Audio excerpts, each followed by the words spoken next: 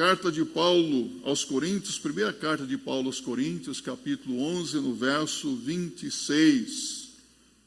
Passagem bíblica bem conhecida, não é?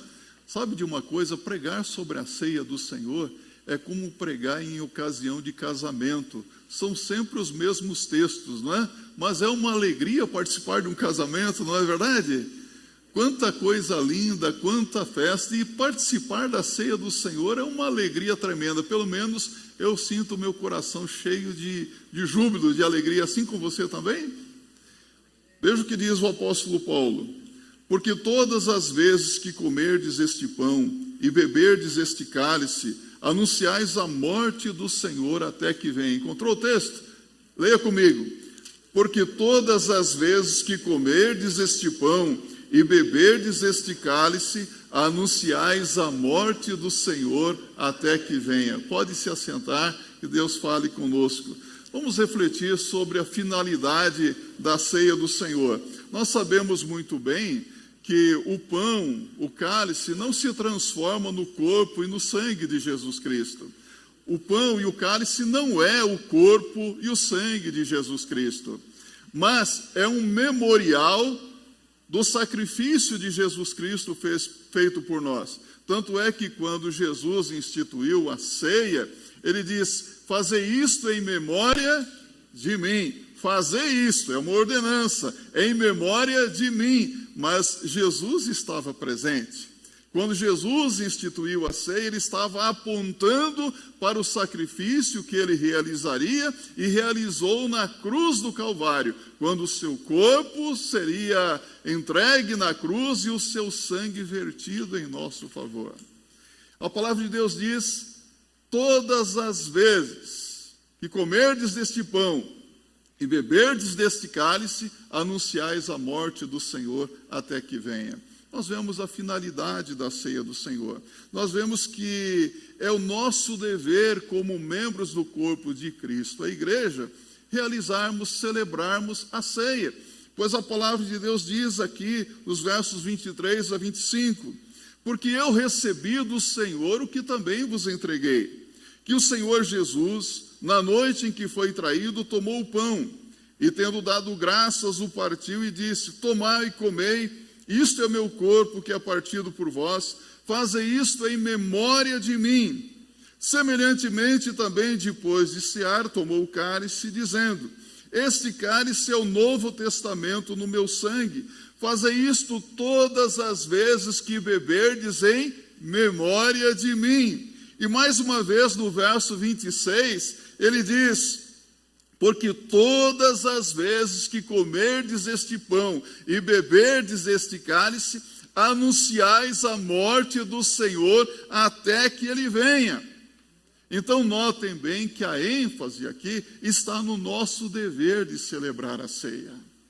Está em trazermos à memória a intenção da morte de Jesus Cristo e a forma como o nosso Senhor Jesus Cristo morreu por nós na cruz do Calvário. Então é preciso trazer à nossa mente, pois esta ceia, que é o nosso dever, ela foi instituída por Jesus para que possamos recordar. Não é verdade que às vezes vem à nossa mente algumas recordações, e recordações que enchem o nosso coração de alegria, e às vezes até de nostalgia, não é?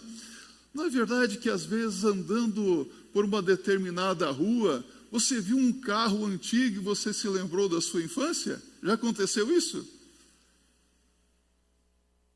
Ou ouvindo uma música, aquela música te transporta para situações do passado e você se lembra de fatos que ocorreram na sua vida.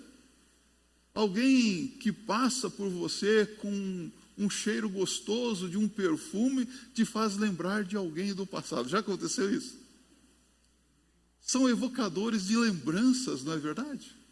A ceia é um evocador de lembrança, que nos traz à memória o fato da morte e ressurreição de nosso Senhor e Salvador Jesus Cristo. Sabe, devemos celebrar a ceia. Por que celebrar a ceia? é um evocador de lembrança, porque a gratidão floresce a fé. Isso mesmo. Várias vezes nós lemos em determinados textos da Bíblia, Deus exortando o seu povo para que seja agradecido pelas ações que Deus tem feito. E muito mais quando essas ações são extraordinárias, que demonstram o poder, a bondade de Deus para com o seu povo. Então Deus espera que tenhamos um coração agradecido. Por exemplo, se você abrir a sua Bíblia em Hebreus, no capítulo 9, no verso 4, você vai ler algo interessante. A Bíblia nos diz que dentro da arca de Deus foram colocados o maná, o pão do céu, que durante 40 anos Deus sustentou, saciou a fome do seu povo Israel no deserto com o maná, o pão do céu, o pão dos anjos. Um exemplar do maná foi colocado dentro da arca.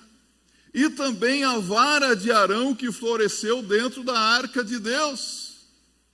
Tudo isso para que o povo memorizasse, um memorial do que Deus havia feito pelo seu povo.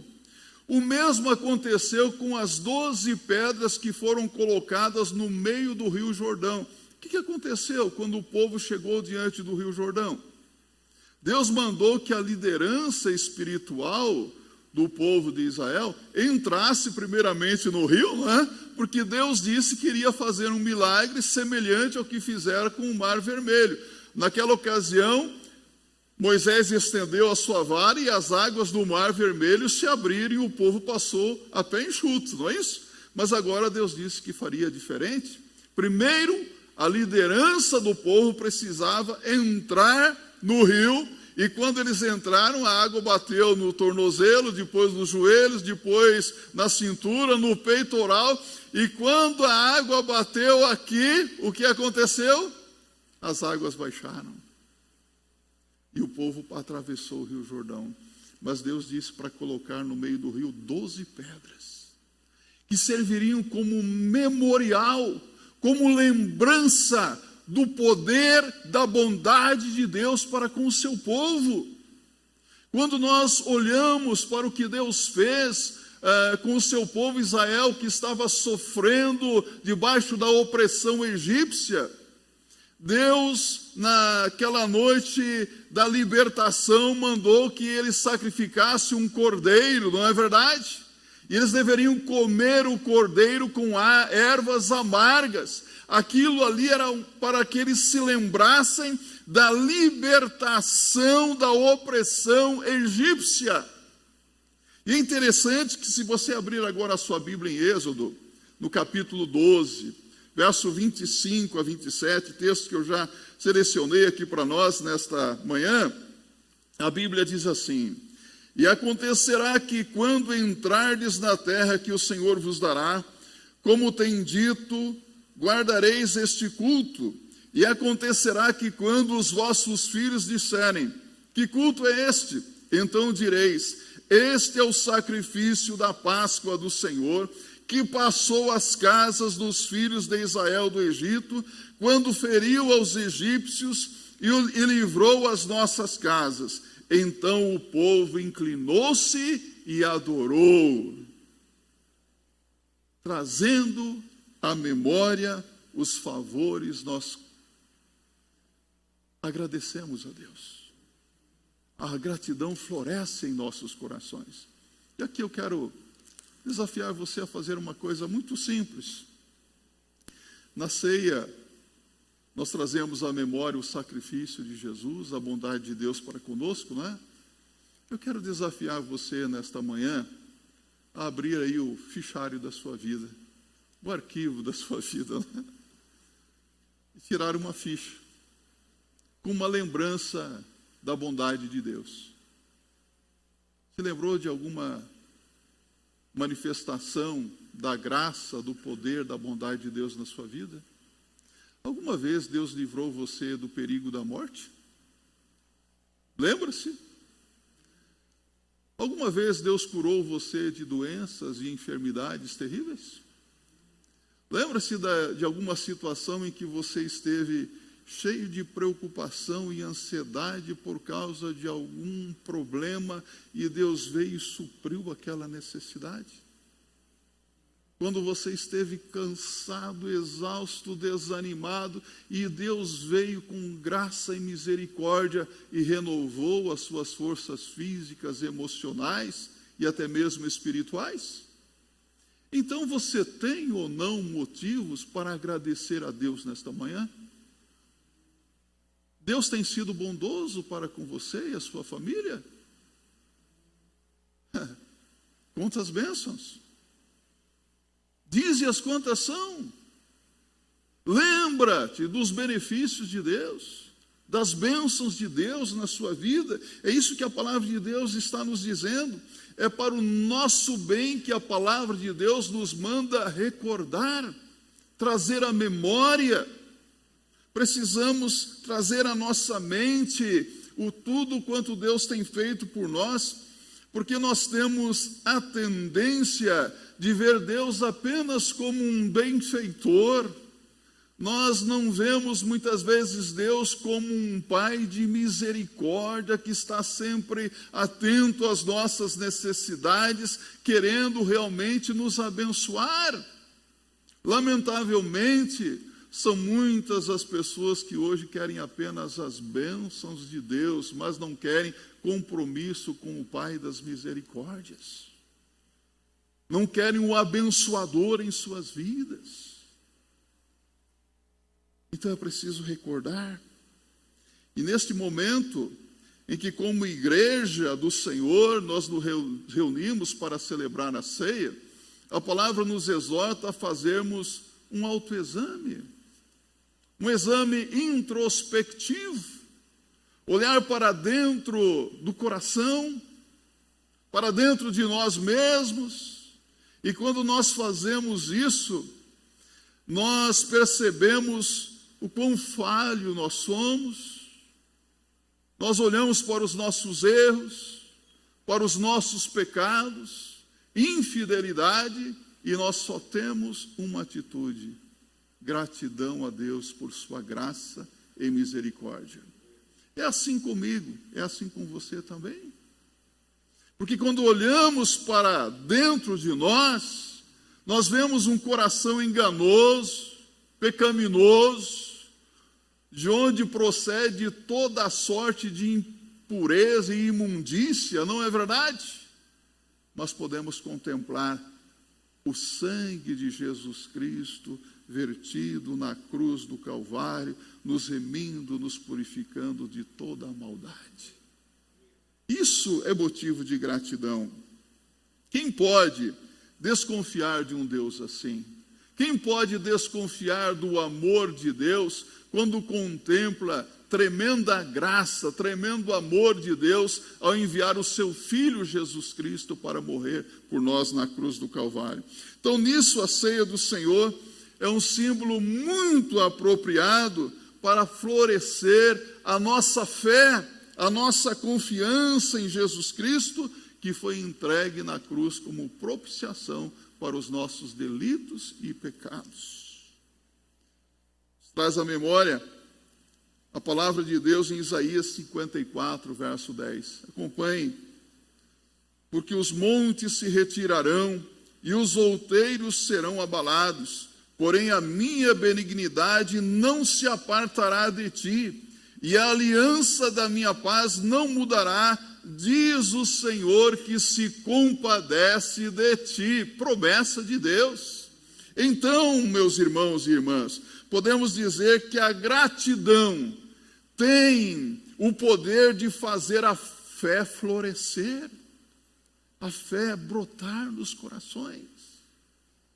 Peça para que Deus te dê um coração sempre grato, agradecido por tudo.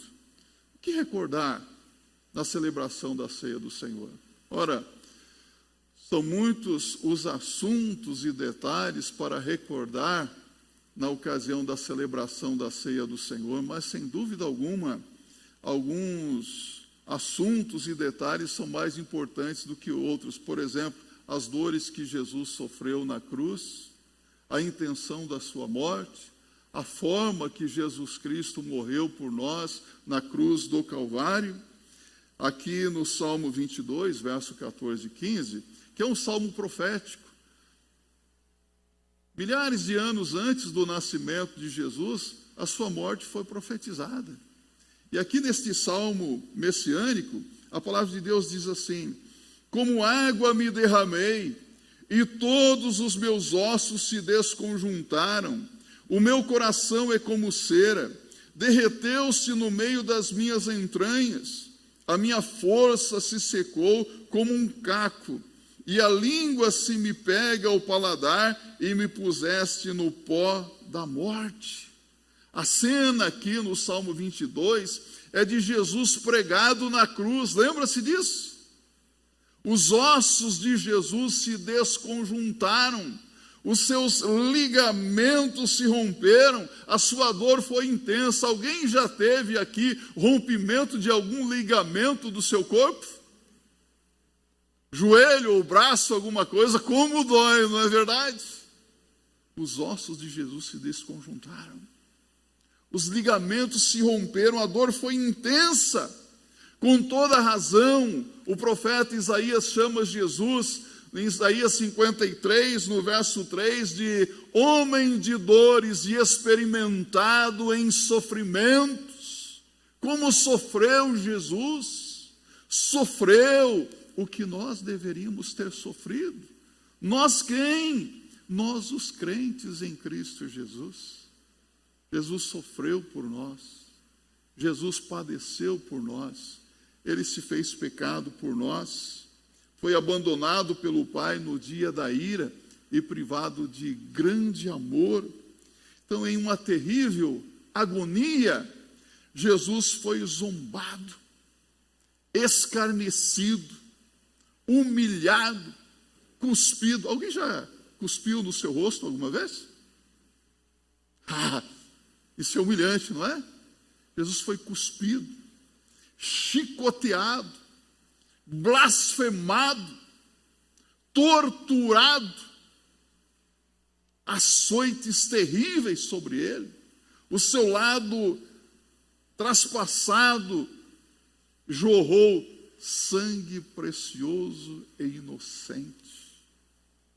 E que o profeta também nos diz: sangue carmesim, sangue puro, sangue poderoso para nos remir.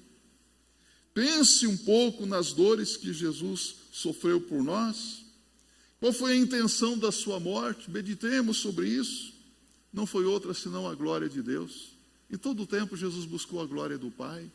Ele esteve disposto e foi com confiança até a cruz, mesmo que isso lhe custasse a vida, ele esteve disposto a glorificar o Pai. A Bíblia diz que ele foi obediente até a morte, morte de cruz. Temos sido nós obedientes a Deus também?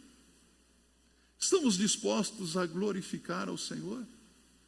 Na noite em que foi traído, Jesus disse aos seus discípulos, aqui em João 13, verso 31, ele disse assim: tendo ele, pois, saído, disse Jesus: agora é glorificado o Filho do Homem, e Deus é glorificado nele.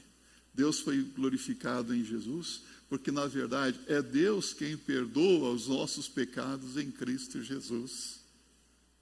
Quem tem Jesus tem perdão, tem salvação, tem segurança, tem esperança no coração.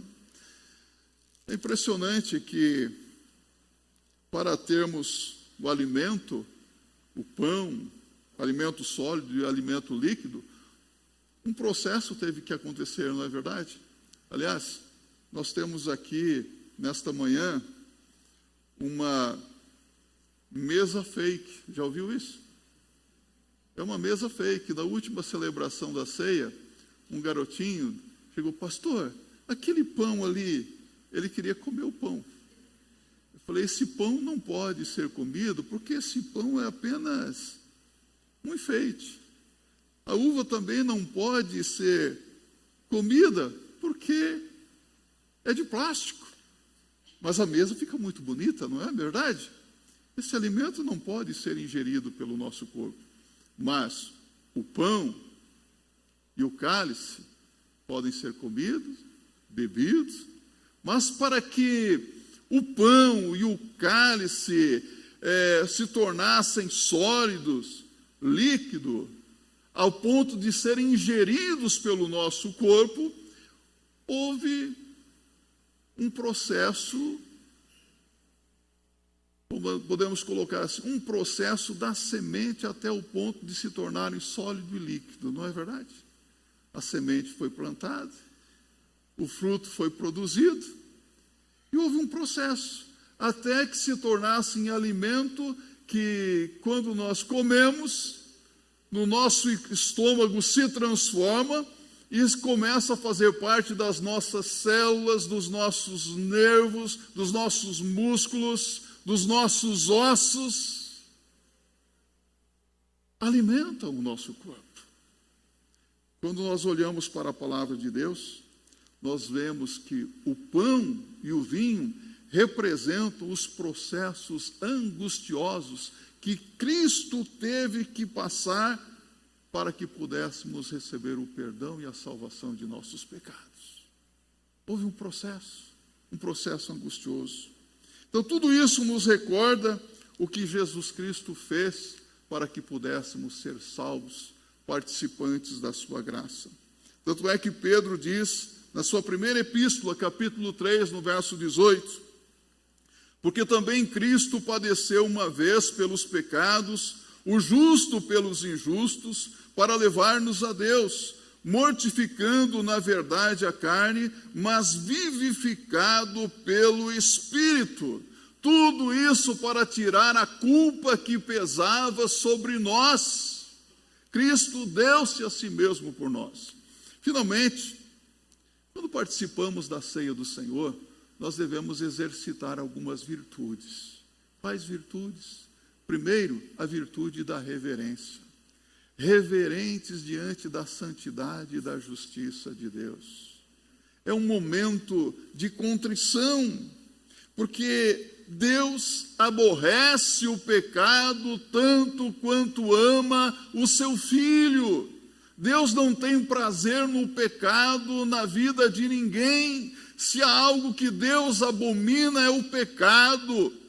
Nenhum tipo de pecado deve se nomear na minha vida, na sua vida. Então, para nós nos aproximarmos diante do trono de Deus com reverência, devemos olhar para a nossa condição espiritual diante de Deus e dizer: Senhor, tira toda a mancha de culpa do pecado, porque eu reconheço o quanto o Senhor é santo. Eu reconheço o seu poder. Sabe, ali na cruz, Deus, que é tão puro de olhos que não pode contemplar a maldade, abandonou o seu Filho quando a ira santa de Deus caiu sobre Jesus na cruz do Calvário. E Jesus exclamou: Deus meu, por que me desamparaste? Deus desviou o seu olhar ao ver o sofrimento de seu Filho. Sabe, certamente sem Deus, sem Jesus Cristo, todos aqui, cada um de nós, merece justamente a condenação eterna, o inferno. Deus não seria injusto se mandasse todos que estão aqui para a perdição eterna, não é verdade? Mas em Cristo nós somos preservados, poupados da ira santa de Deus. Tem motivo para agradecer a Deus? Tu livre da condenação pelos méritos de Cristo Jesus. Então, meus irmãos e minhas irmãs, a morte de Jesus Cristo na cruz não deve ser vista como uma tragédia. Não foi tragédia, não. Sabe o que foi? Foi o pagamento por nossos pecados. Jesus pagou o preço das nossas maldades. Tanto que em João 19:30, Jesus diz: tudo está consumado. Repita comigo: tudo está consumado. Tetelestai. Palavra grega, o preço está pago. A dívida está paga. Então, ninguém mais precisa se preocupar em pagar a sua dívida por obras meritórias, porque a obra perfeita e completa foi realizada na cruz do Calvário pelo único que tinha condições de dar a sua vida na cruz, que é Jesus Cristo. Só Jesus Cristo. Cordeiro imaculado. Cristo, a nossa Páscoa. Cristo é o Cordeiro Pascal, diz Paulo. Ora, sabemos que o Cordeiro, na Páscoa, ele deveria ser comido às pressas e com ervas amargas, com amargura, não é? Cristo é o Cordeiro de Deus que tira o pecado do mundo. João capítulo 1, verso 29. Então, ao participarmos da ceia, nós devemos fazê-lo com amargura de coração. Como assim, pastor? Lembrando das nossas maldades, olhando para a nossa pecaminosidade e se lamentando: Senhor, como eu falhei, Senhor, como que eu tenho sido pecaminoso nos meus pensamentos, nas minhas omissões, nas minhas palavras, nas minhas atitudes. Então é participar da ceia com amargura de coração, como se estivesse comendo ervas amargas, mas ao mesmo tempo agradecido, porque o Cordeiro sofreu morte, sofrimento terrível, dores, para que pudéssemos desfrutar de um banquete celestial, do maná celestial. Que bênção, não é? Esse é o motivo que nos alegra o coração.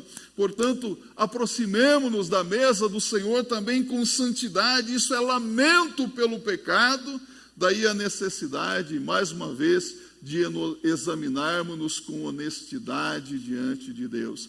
Examine-se o homem a si mesmo, e assim coma do pão e beba do cálice. É para fazer um autoexame. Como está a minha vida com Deus? Como se encontra a minha vida espiritual? Está contente com a sua vida espiritual? Ou precisa melhorar um pouco mais?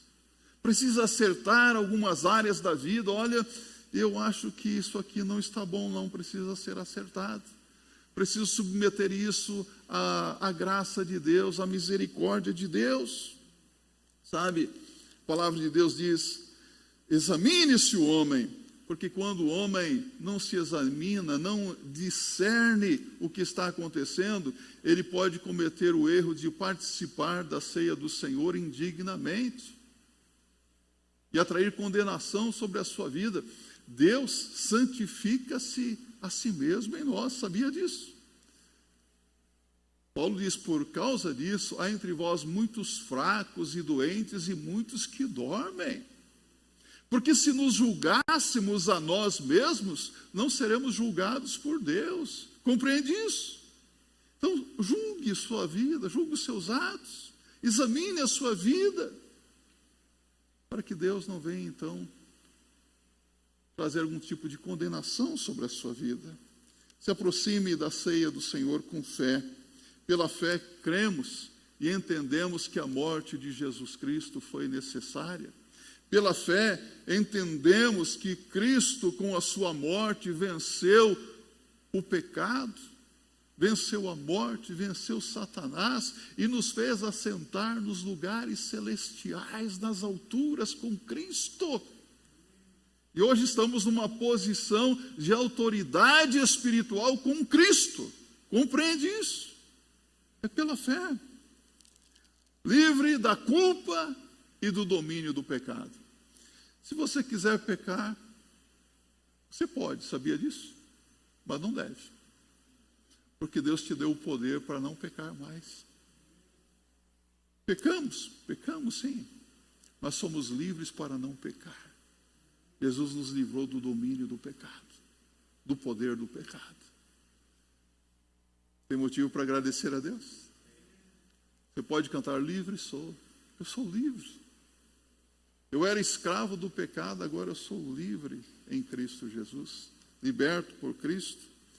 Colossenses 2, versos 13 a 15, Paulo diz: e quando vós estáveis mortos nos pecados e na incircuncisão da vossa carne, vos vivificou juntamente com ele, perdoando-vos todas as ofensas, e havendo riscado a cédula que era contra nós nas suas ordenanças, a qual de alguma maneira nos era contrária, e atirou do meio de nós, cravando-a na cruz, e despojando os principados e potestades, os expôs publicamente, e deles triunfou em si mesmo. Finalmente, devemos participar da ceia do Senhor com humildade e gratidão. Isto é feito considerando que Jesus Cristo sofreu por nós na cruz do Calvário. Com gratidão, seria péssimo nós não reconhecermos o que Jesus Cristo fez por nós, não é? Alguém certa vez disse: hoje eu pratico boas obras, por gratidão a tudo que Jesus Cristo fez por mim na cruz do Calvário. Não pratico boas obras para conseguir a minha salvação. Eu pratico as minhas boas obras por gratidão por tão grande salvação. As boas obras não nos justificam diante de Deus, mas as boas obras servem para nos justificar diante dos homens também, não é? Mostra-me a tua fé sem as obras, e eu te mostrarei a minha fé pelas obras. É o que diz Tiago. Demonstramos gratidão, levando uma vida de obediência, fazendo aquilo que Deus espera que façamos. Concluindo, meus irmãos, a gratidão floresce a fé. Sejamos cuidadosos de mente e de coração ao participar da celebração da ceia do Senhor. Aproximemo-nos nesta manhã da mesa do Senhor. Participemos então da ceia com reverência, com santidade, com humildade, com fé e com muita gratidão em nossos corações. Amém?